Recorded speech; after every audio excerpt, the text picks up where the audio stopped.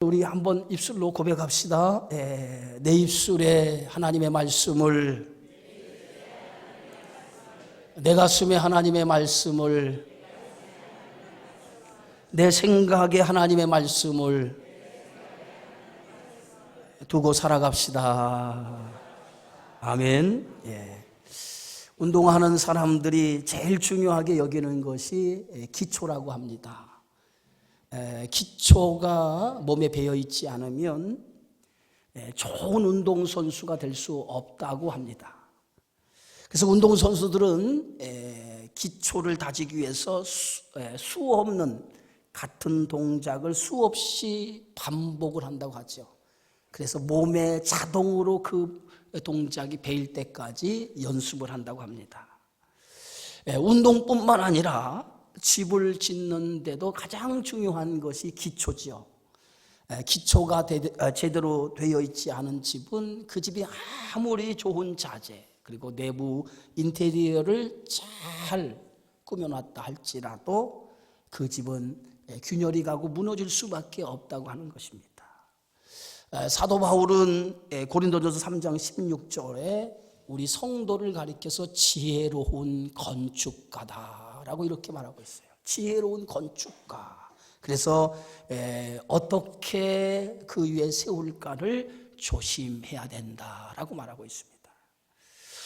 이스라엘 사람들은 집을 지을 때 우리와 다른 방식으로 집을 짓는다고 그래요. 먼저 그들은 머릿돌, 주춧돌을 먼저 놓고 그 주춧돌에 모든 기둥을 연결을 해서 집을 짓기 시작한다고 합니다.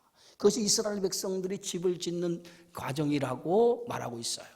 근데 성경은 오늘 바울은 그 집을 짓는 모든 과정을 빗대서 교회란 어떤 것이냐라고 교회론에 대해서 이렇게 말하고 있어요. 그것이 에베소서 2장 20절인데 너희는 사도들과 선지자들의 터 위에 세우심을 입은 자라 그리스도 예수께 친히 모퉁이 돌이 되셨느니라. 그의 안에서 건물마다 서로 연결하여 주 안에서 성전이 되어가고 너희도 성령 안에서 하나님의 거하실 처소가 되기 위하여 예수 안에서 함께 지어져 간다라고 말하고 있어요. 우리 예수께서 모퉁이 돌이 되어서 그 모퉁이 돌의 중심으로 건물이 연결되어졌다는 거예요. 그것이 몸된 교회요 지체인 우리라고 말하고 있으면서 우리가 그리스도를 중심으로 성전으로서 지어져 가고 있다는 거예요. 그것이 사도 바울이 말하는 교회론입니다. 하나님이 세우신 최초의 기관이 가정이죠. 가정은 인간이 살아가는 데 있어서 모든 삶의 기초가 되어지는 것이 가정입니다. 가정이 붕괴되어지면 모든 삶이 붕괴가 되어지는 거예요. 로마의 역사가 1000년이라고 하죠. 그런데 로마 1000년의 역사에 균열이 가기 시작한 것이 가정의 붕괴로부터 시작되었다고 합니다. 그래서 그 강력한 그러한 힘을 가진 로마도 가정이 무너지니까 결국은 로마가 무너졌다는 거예요.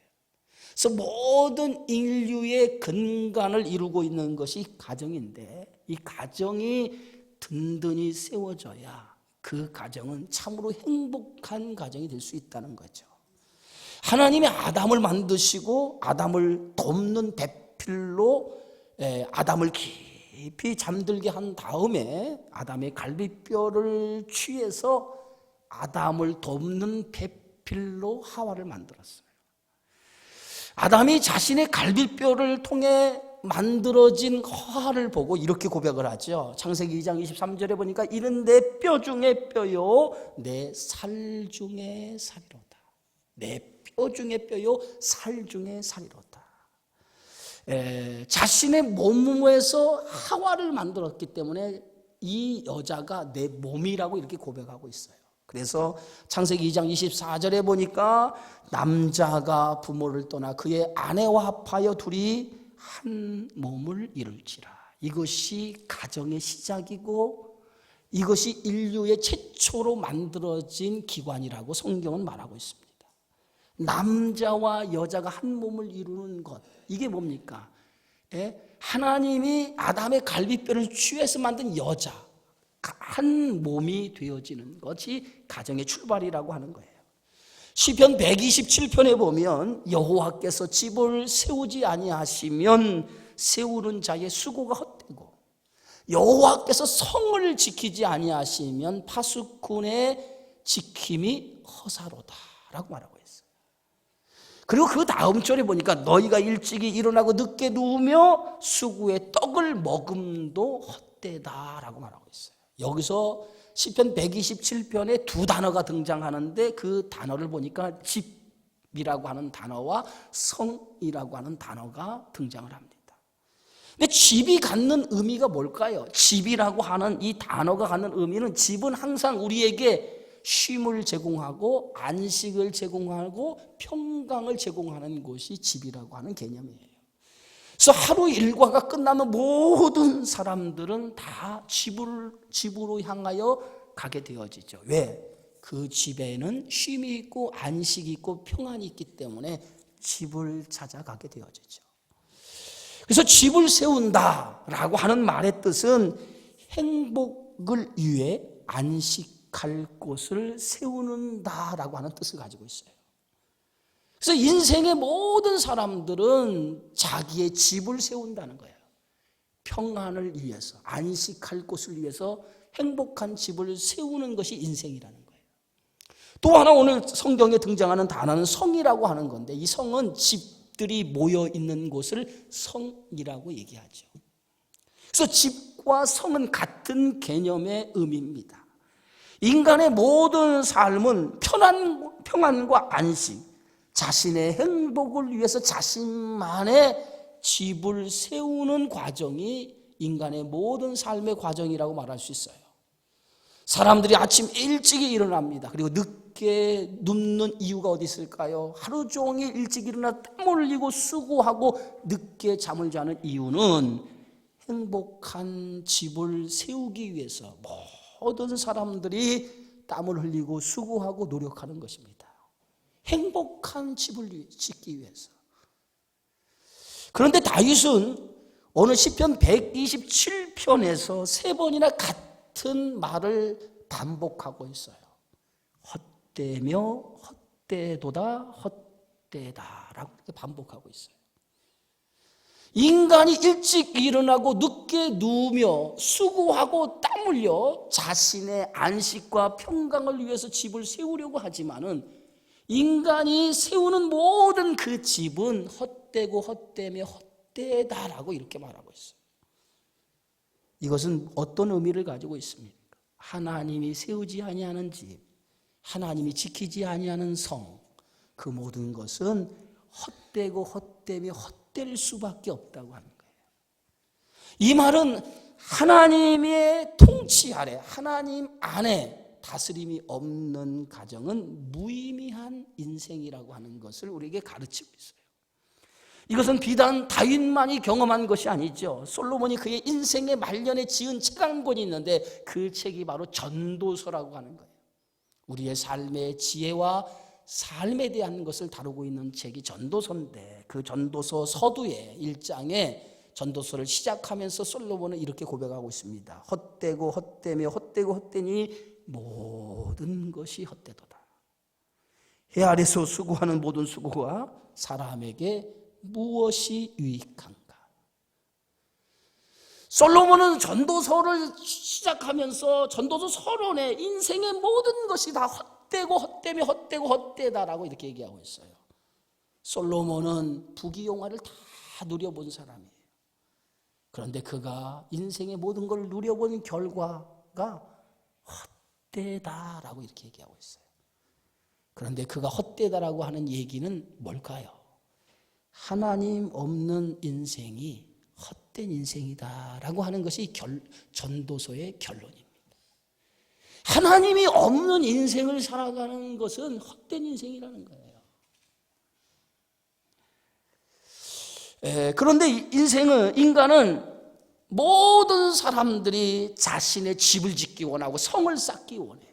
자신만의 집을 짓기 원하고 성을 쌓기 원합니다. 이것이 인간이 자신 스스로가 평강을 누리기 원하고 안식을 오고 자신만의 집을 세우기 원하는 거예요. 이것이 타락한 인간의 본성적인 모습이라고 성경은 말하고 있습니다.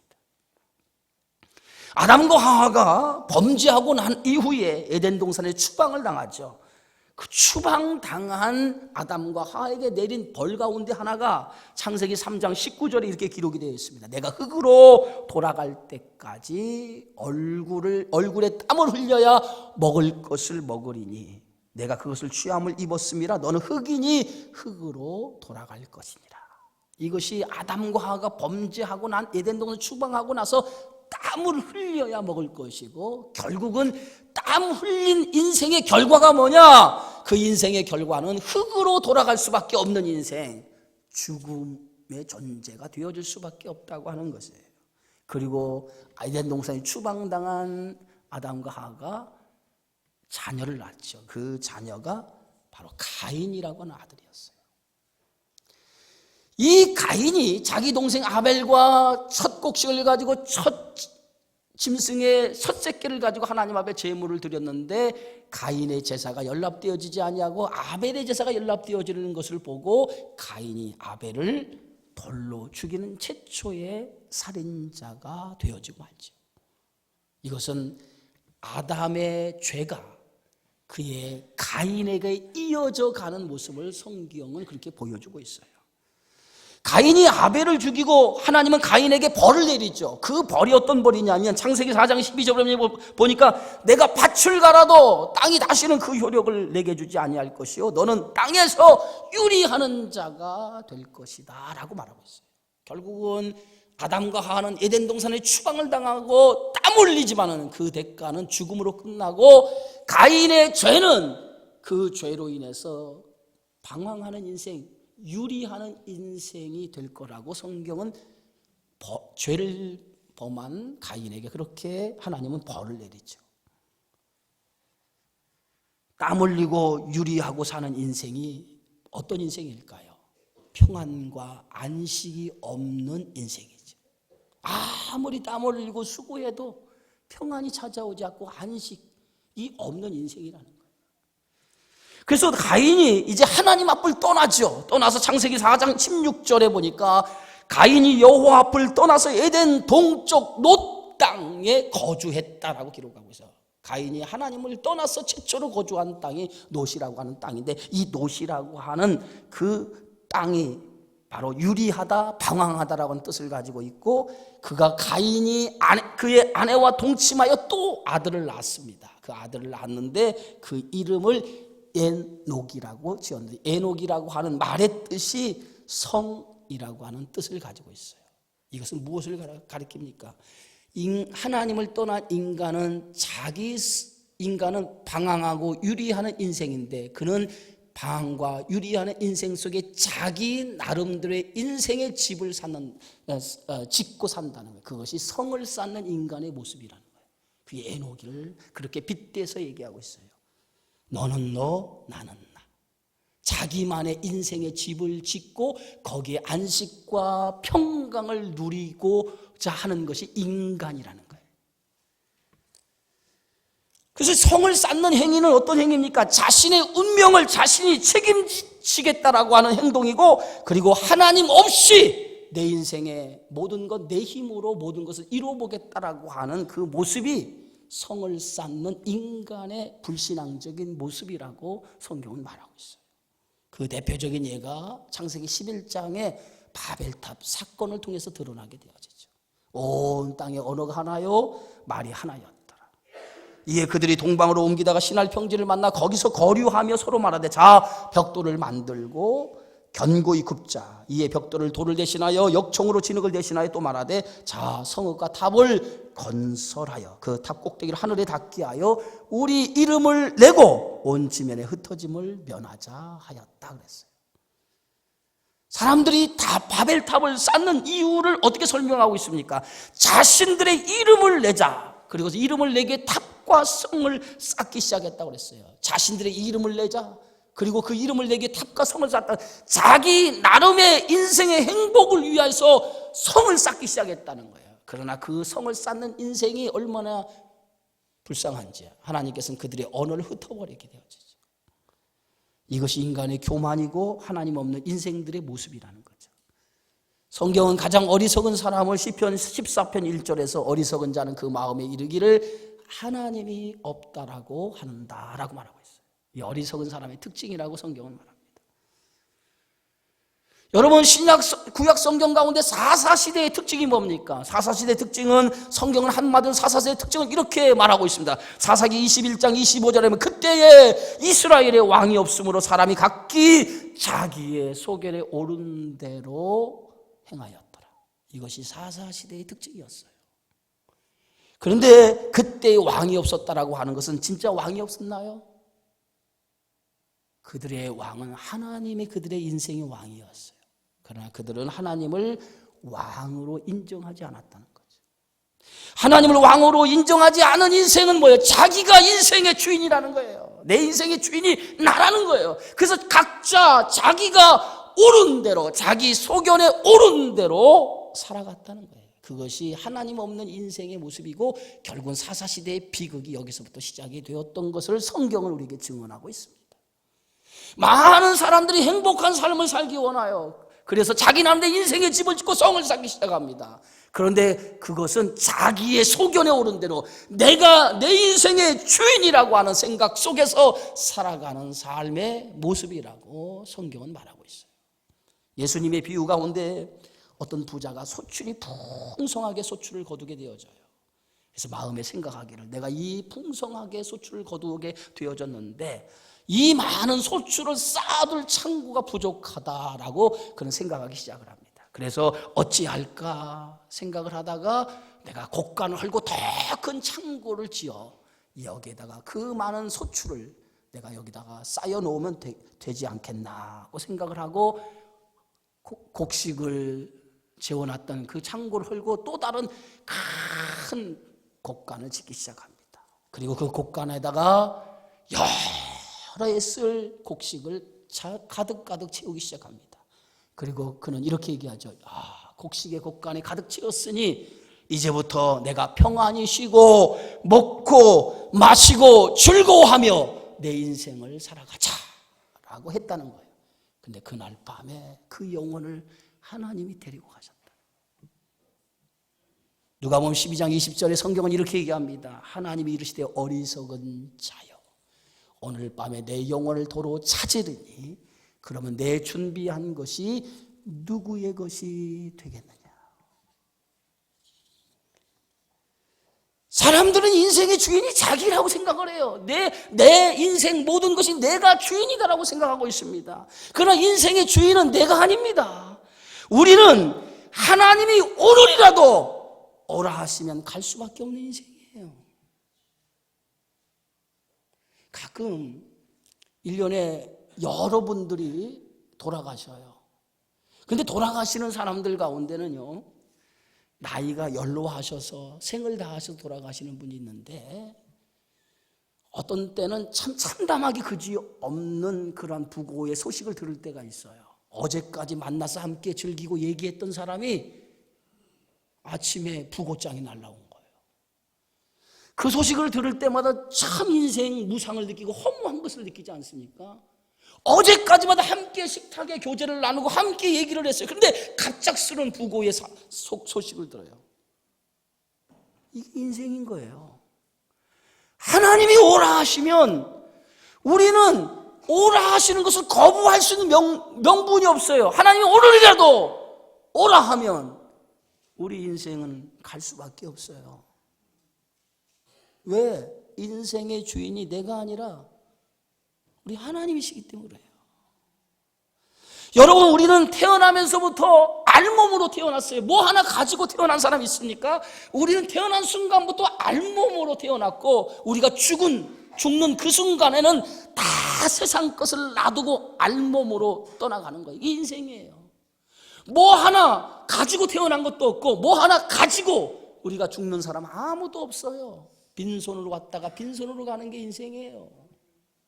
우리는 이 땅에 태어나서 모든 거, 내가 입는 거, 내가 먹는 거, 내가 잠자는 모든, 내가 누리고 사는 모든 것은 잠깐 내가 빌리고 사는 거예요. 내 것이 아니에요. 여러분이 살고 있는 그 화려한 집도 여러분이 거라고 생각하십니까? 착각하지 마세요. 여러분이 죽으면 그 비싼 것도 다 놔두고 갈 수밖에 없어요. 영원한 것이 없어요. 내 것이 아니에요. 그래서 우리의 인생은 렌트, 빌려서 사는 인생이에요. 그리고 죽을 때는 그 빌린 거 다 반납하고 돌아가는. 군대 들어가면 내가 가져갔던 거 다 보내고 군대에서 준 거 잊고 3년을 보내요. 그리고 군대 제대할 때는 다 놔두고 가요. 이게 우리 인생과 같은 거예요. 욥은 많은 것을 가졌어요. 얼마나 많은 것을 가지고 얼마나 많은 것을 누렸는지 몰라요. 그러나 하루아침에 그는 고난을 맞으면서 그 고난 속에 가졌던 모든 것을 한순간에 다 잃어버려요. 그때에 욥이 고백한 유명한 고백이 있어요. 욥기서 1장 21절에 내가 모태에서 알몸으로 나왔사온즉 또한 알몸으로 그리로 돌아갈지라. 주신 것도 여호와시요 취하신 것도 여호와시니 여호와의 이름이 찬송을 받으실지로다. 알몸으로 온 게 인생이고 알몸으로 돌아가는 게 인생이고 주신 것도 하나님이요 그것을 거두시는 것도 하나님이라는 거예요. 여러분이 누리고 있는 모든 거 여러분 것이라고 착각하지 않기를 바랍니다. 내 인생의 주인은 내가 아니에요. 내 인생의 주인은 내가 아니라 하나님이에요. 하나님이에요. 그래서 가장 복되고 행복한 사람은 어떤 사람이냐?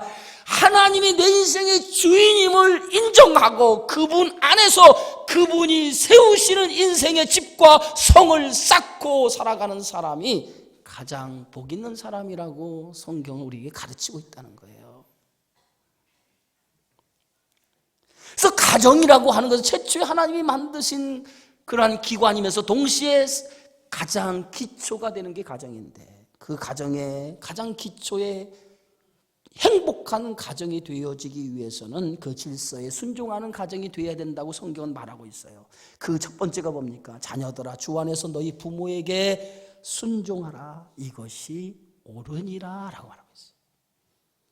가정의 질서 가운데 가장 중요한 것이 행복한 가정을 만들기 위해서는 하나님의 말씀 앞에 순종하는 가정이 되어야 되는데 그 순종이 뭐냐면 하나님이 세우신 가정이 되기 위해서는 그 가정은 하나님이 세우신 질서 앞에 순종해야 된다는 거예요. 그 질서의 첫 번째가 뭐냐?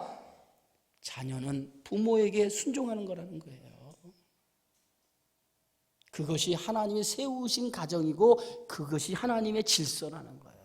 이것이 무너지면 인류의 행복이 무너지는 거예요. 아담과 하와가 에덴 동산에 하나님이 만든 이 선악과와 그리고 거기에는 생명나무의 열매가 있었어요.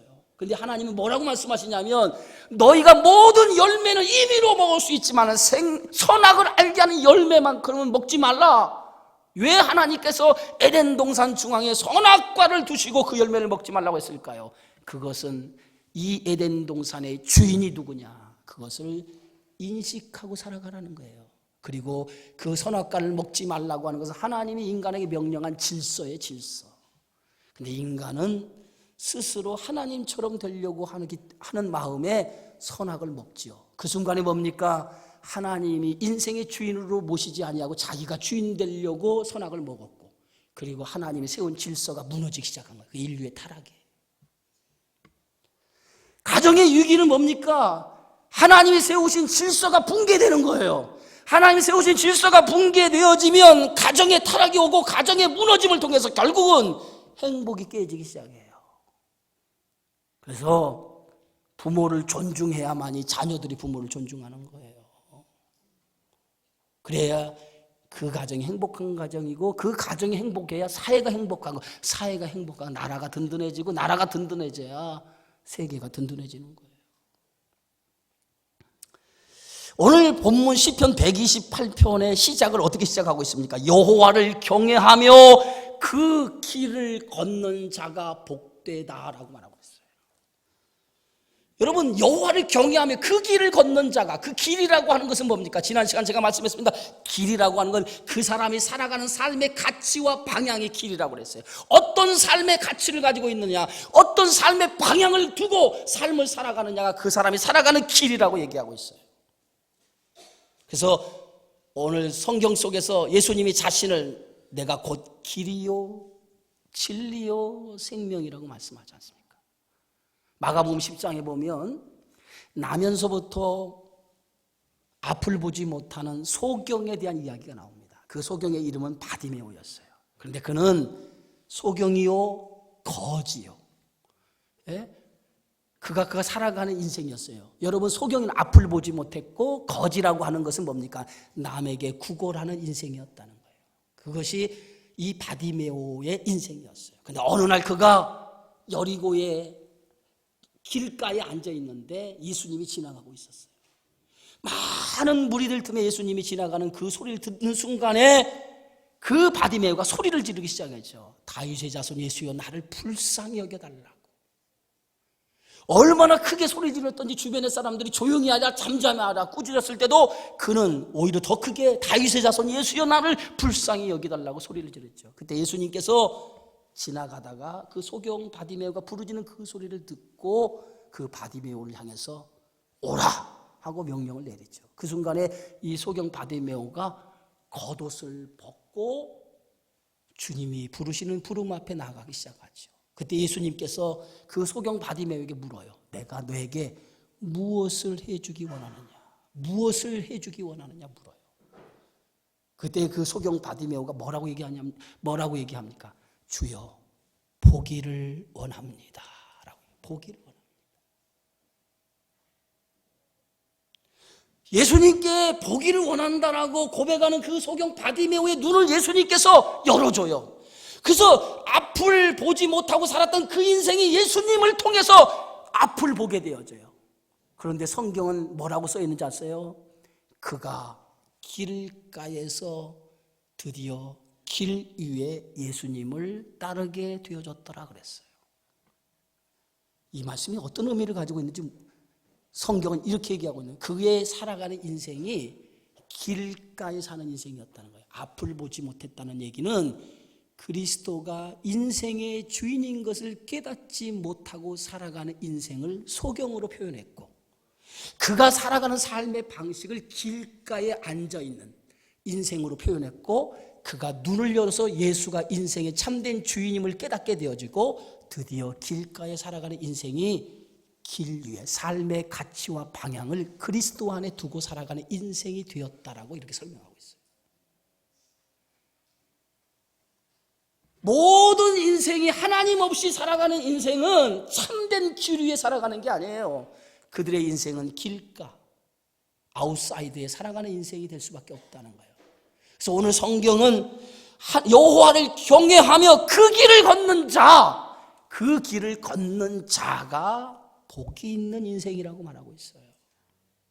예수가 우리의 인생의 삶의 주인임을 인정하고 살아가는 자가 가장 복이 있는 인생이라는 거예요. 그리고 두 번째로 오늘 시편 128편에 하나님을 경외하는 자에게 주시는 축복이 어떤 축복입니까? 내가 내 손이 수고한 대로 먹을 것이라, 내가 복되고 형통하리라. 하나님을 경외하는 자에게 주시는 축복이 뭐냐? 내가 수고한 대로, 수고의 떡을 내가 먹게 할 거라는 거예요. 그리고 내 삶을 형통케 할 거라는 거예요. 여러분, 많은 사람들이 아침에 일찍 일어나고 늦게 잠을 자기까지 우리는 수고의 땀을 흘리며 인생을 살아가요. 그죠? 얼마나 한 주간을 치열하게 세상 속에 수고의 땀을 흘리는지 정신없이 한 주간을 세상에 살아가고 있습니다. 수고의 땀을 흘리는 이유가 어디 있습니까? 행복해지기 위해서, 보다 더 평강과 안식을 누리기 위해서 그 많은 땀을 흘리고 그 많은 노력을 하고 그 많은 애씀을 갖게 되어집니다. 그런데 그 여러분이 땀 흘리고 수고하고 노력한 만큼 그 모든 것들이 여러분에게 대가로 다 돌아옵니까? 어떤 사람은 1년 동안 땀 흘리고 수고하고 노력을 했는데도 불구하고 그 땀과 수고의 대가가 나에게 돌아오지 못하고 아무 열매를 맺지 못하고 인생 한 해를 보내는 사람들도 있어요. 그런데 오늘 성경의 말씀이 하나님을 경외하는 자에게 주시는 축복이 뭐냐? 내가 수고하고 땀 흘리는 거에 하나님이 그것을 복으로 갚아주겠다는 거예요. 어떤 사람에게? 하나님을 경외하는 사람에게. 내가 수고하고 땀 흘리는 사람에게는 그 땀 흘리고 수고한 대로 그것보다 더 많은 것으로 하나님이 갚아주겠다는 거예요. 오늘 성경은 놀라운 말씀을 했어요. 오늘 이삭이 흉년이 들었어요. 인생을 살다 보면 인생에 한 번쯤은 흉년이 찾아올 때가 있지 않습니까? 이 흉년이라고 하는 건 단순히 먹을 것이 없는 것이 아니라 인생의 고난을 가리키는 거 아니겠어요? 근데 이삭의 인생에도 흉년이 찾아왔어요. 흉년이 찾아와서 그가 하나님이 지시하는 그 땅을 버리고 블레셋 그랄이라고 하는 지역으로 내려갔을 때 하나님이 나타나셨어요. 하나님이 나타나셔서 하나님께서 이삭에게 이렇게 얘기하죠. 애굽으로 내려가지 말고 하나님이 지시하신 땅으로 가라 명령을 하죠. 그때 이삭은 흉년이 들어서 애굽으로 내려가려고 하는 마음을 가졌는데 하나님이 나타나서 애굽으로 내려가지 말고 하나님 지시하는 땅으로 가라고 했을 때 이삭은 그 말씀에 순종하여 그의 인생의 주인이 하나님이신 것을 알았기 때문에 그는 하나님의 말씀에 순종하여 하나님 말씀에 복종하여 하나님 지시하는 곳으로 가죠. 그게 가나안 남쪽이었어요. 그래서 그곳에 정착해서 오늘 이삭이 농사를 하기 시작을 해요. 이삭은 여러분 잘 아는 것처럼 유목민이었어요. 가축을 기른 자였습니다. 가축이 생업이었어요. 그런데 한 번도 해보지 못한 농사를 짓기 시작을 했어요. 그런데 성경은 어떻게 말합니까? 그의 이삭이 농사를 지었는데 100배의 결실을 맺었더라라고 하고 있어요. 한 번도 농사를 지어본 사람이 없는데 그 사람이 농사를 지었는데 하나님이 그를 축복해 줬는데 내가 내 손이 수고한 대로 거둘 것이라. 그런데 어떻게 거두게 했어요? 하나님은 100배의 결실로 채워주더라 이거예요. 그런데 또 하나 이삭이 그 그날에서 우물을 파기 시작을 했어요. 그런데 우물을 파는데 우물에 샘이 터지기 시작해요. 그 땅은 척박한 땅입니다. 물이 없는 땅이에요. 가축을 기를 때도 농사를 때 물이 필수적으로 필요한 것인데 물이 없어서 우물을 파는데 우물을 파니까 우물이 나왔어요. 그런데 블레셋 사람들이 우물을 가로채기 시작합니다. 또 다시 다른 곳으로 가도 우물을 파요. 이삭이 가는 곳마다 우물을 팠더니 우물에서 샘이 터지기 시작을 했어요. 이게 뭘 의미합니까? 하나님의 인생의 주인으로 여겼던 이삭을 하나님 그의 인생의 형통한 삶으로 축복해 주었다는 거예요. 믿으시기를 주의 이름으로 축원합니다. 하나님의 내 인생의 주인으로 살면 여러분이 땀 흘리고 수고한 것을 헛되게 돌리지 아니하시고 여러분의 인생을 하나님이 갚아주시고 그 인생을 형통케 하는 하나님이 함께함으로 형통케 하는 인생으로 하나님이 이끌어 주시는 줄 믿으시기를 주의 이름으로 축원합니다. 그리고 시편 128편 3절에 하나님을 인생의 주인으로 삼은 사람의 그 삶은 어떤 축복이 있습니까? 내 집에 안방에 있는 내 아내의 결실한 포도나무 같으며 내 식탁에 둘러앉은 자식들은 어린 감람나무 같으리로다. 여러분 얼마나 행복한 그림입니까?